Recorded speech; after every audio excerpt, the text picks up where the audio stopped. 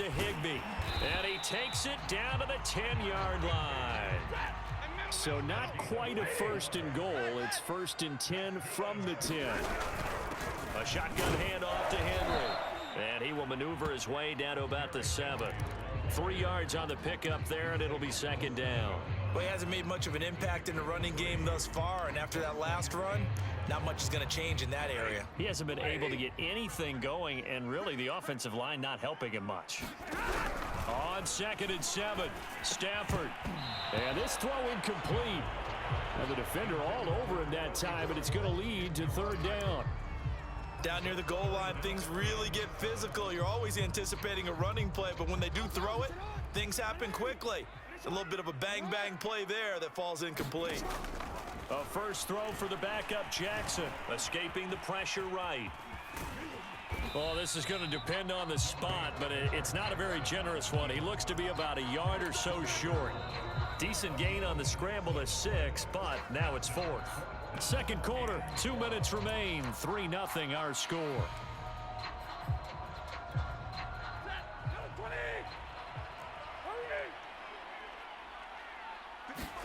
On 4th down, Stafford. And he's got it. That's Kupp for a Ram touchdown. A 1-yard touchdown pass. And the Rams tack on to their advantage.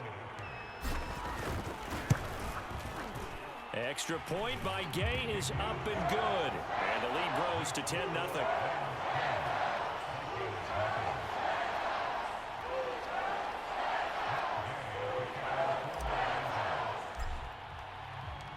After the touchdown, it's Gay to kick this one away. And that one will bounce out of the back of the end zone, so we will start here at the 25. Here are the Vikings now to start their next drive.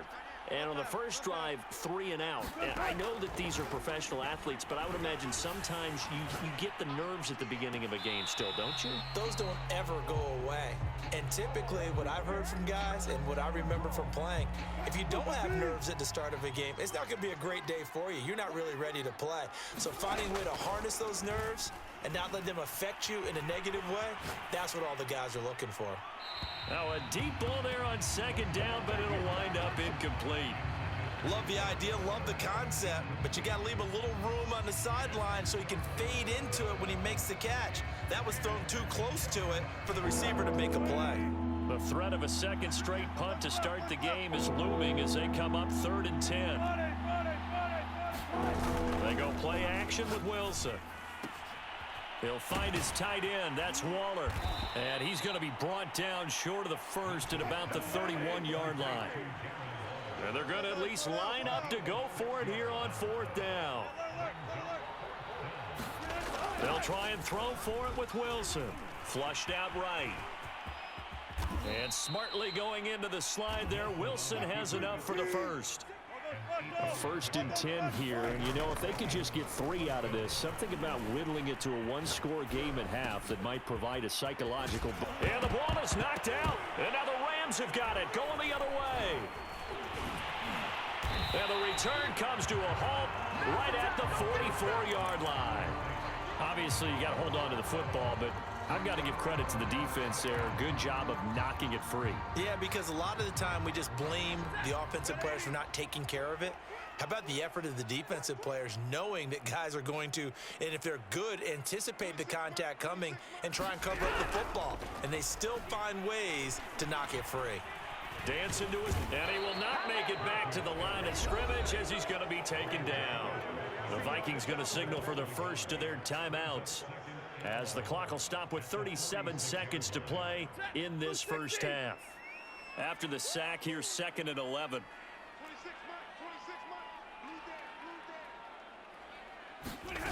They'll fake it. Now Stafford. He'll let it go deep for Beckham. And that will be incomplete. Tried to dial up the long one way out there, but it'll be 3rd down. The turnover put him in great field position. They don't want to squander it with 3rd down coming up. No, not at all. And you know what else you do? You make your defense mad. Yeah. They got you the football, gave you a great opportunity. You got to cash in and get some points. On third down, Jackson. Eluding, and he can't get rid of it. He's taken down. Now the Vikings will use the second of their timeouts as they'll stop the clock with 26 seconds to go until halftime. So on fourth down, here's Johnny Hecker to punt it away.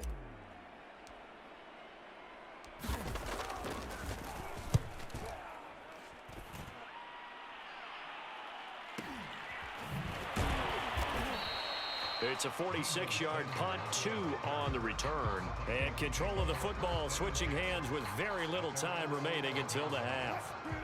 Here are the Vikings now to start their next drive. And they'll take over with just 18 ticks remaining. On first and 10, it's Wilson. That's complete to his tight end, Waller. And out of bounds across the 15-yard line. 7 yards, the pickup there. That's a staple of this offense. Drag route to the tight end. Yeah, he was unable to use his size to break off much more yardage after the catch, but still an effective gain nonetheless. Flush to his right. Getting this into the hands of Eric Dickerson.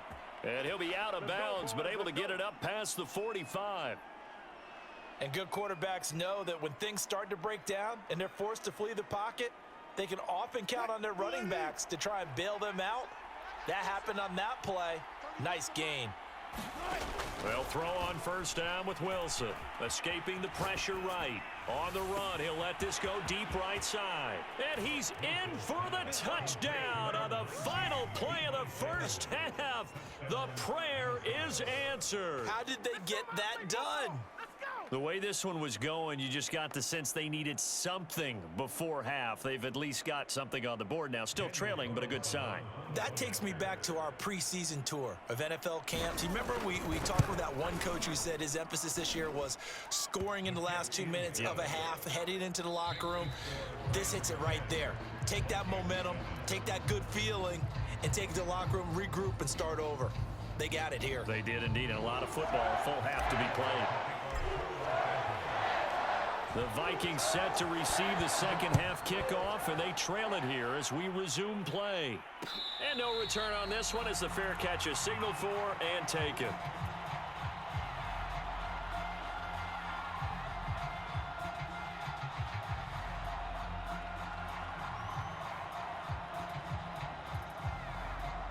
Here are the Vikings now to start their next drive. And they're still very much in this game, although they do trail. What's the game plan, Charles, for the second half? It might be a little counterintuitive because most people will think losing equals passing the ball more, but I'd establish the running game. They kind of went away from it in the first half. I think if they get back in balance, it'll help them when they put the ball back in the air. A big hitter to start the drive has him up near midfield here for first and 10.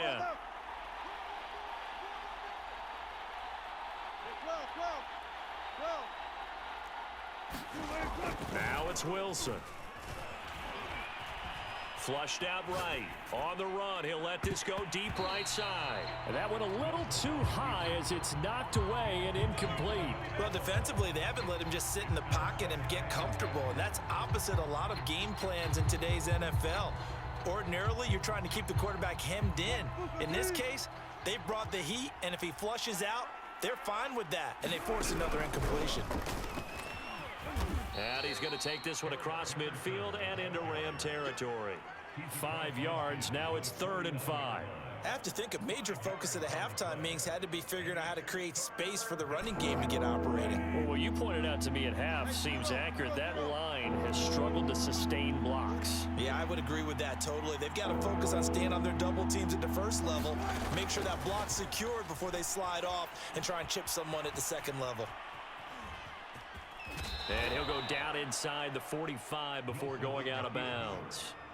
With nowhere to throw it, decided to scramble, and a nice job, CD. Got the yardage that he needed. Yeah, and his teammates are certainly going to appreciate that effort, even if his coaches don't, because they would have wanted him to slide and protect himself. But he chose team gain over personal protection. And he is going to be stopped cold behind the line of scrimmage. Officially, it's a 1-yard loss. That's going to bring up 2nd and 11.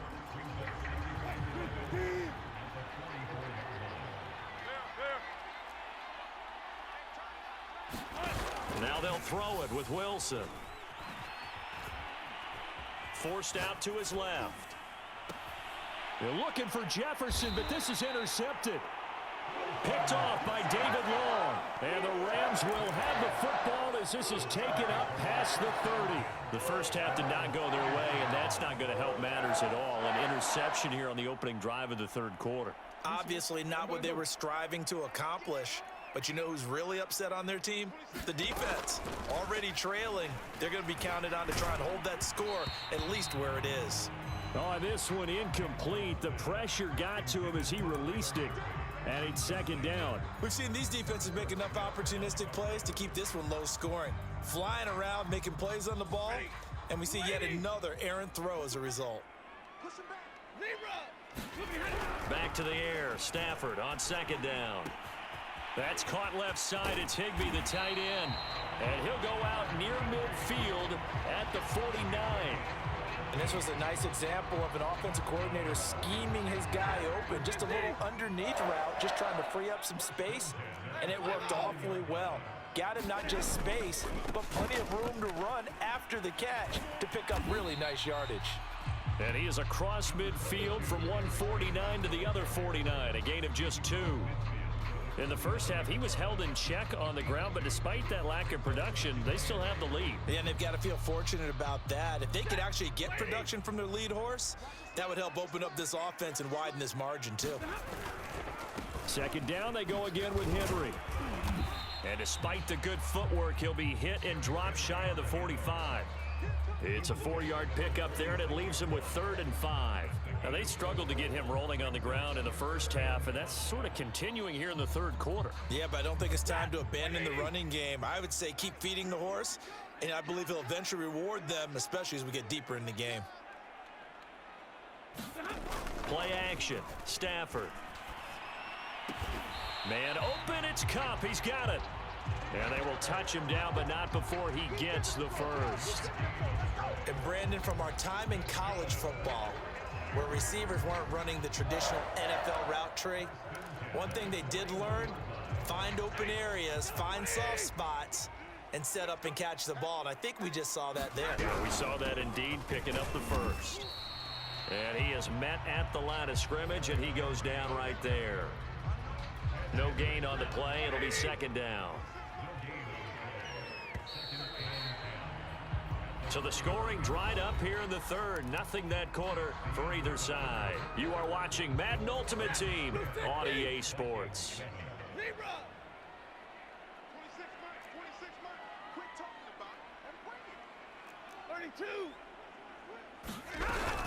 Henry again on second down. And that one blown up quickly as he's going to be stopped before he could even get started.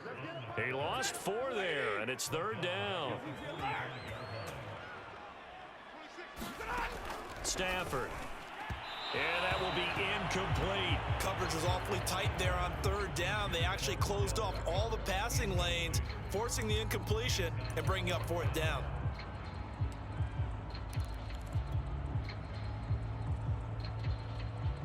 And here's a big one now. Trying to hold this lead. They're going to go for it here on 4th down. They snap it to Stafford. He's got the hook up to Odell Beckham. And he gets this one inside the 15, just a yard or 2 shy of the 10. A big play that time through the air. 32 yards. On 1st down, Stafford here. And he'll get this underneath to Henry. And they corral him just a couple yards shy of the end zone. These guys are running offense like you drive. The pedal is down, stomp down. How about that? Back